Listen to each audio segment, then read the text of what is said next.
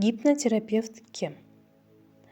Gipnoterapevt bu inson ong osti bilan ishlovchi, gipnoz yordamida ruhiy, hissiy yoki psixologik muammolarni davolovchi mutaxassisdir. Gipnoz so'zining ma'nosi. Gipnoz so'zi qadimgi yunoncha so'zdan kelib chiqqan bo'lib, u uyqu yoki uyquga o'xshash holat degan ma'noni bildiradi. Ammo bu oddiy uyqu emas. Bu ong tinch, lekin ong osti faol bo'lgan holatdir. Ya'ni inson hushida, lekin chuqur ichki diqqat holatidadir. Gipnoterapevt bu maxsus psixologik tayyorgarlikka ega mutaxassis. U insonni gipnoz holatiga kiritib, ong ostidagi muammolarini topadi va o'zgartirishga yordam beradi.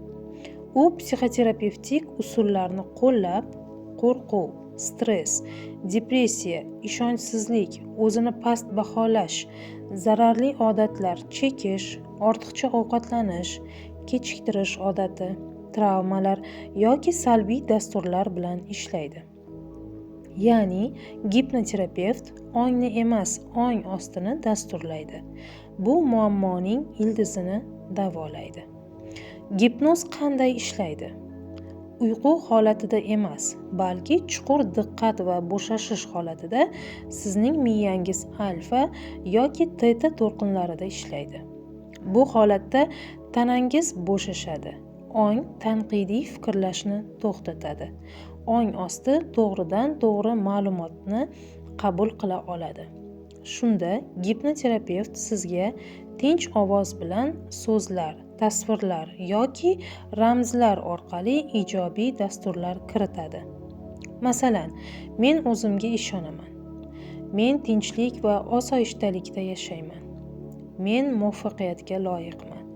Bu takrorlangan fikrlar ong ostida yangi neyron yo'llar hosil qiladi.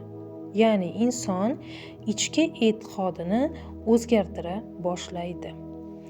Gipnoterapevtning psixologik foydalari. Ong ostidagi qo'rquv va cheklovlarni yo'qotadi. Stress, uyqusizlik, tashvish va asabiylikni kamaytiradi.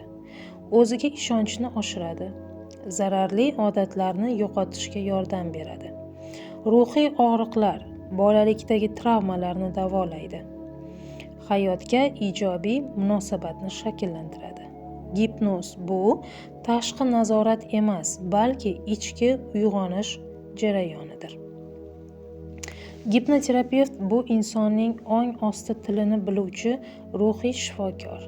U so'z, tasavvur va energiya orqali insonni ichkaridan davolaydi. Gipnoterapiya bu ong ostini tozalash, salbiy dasturlarni ijobiy e'tiqodlarga almashtirish va insonni o'z ichki kuchi bilan qayta uyg'otish yo'lidir.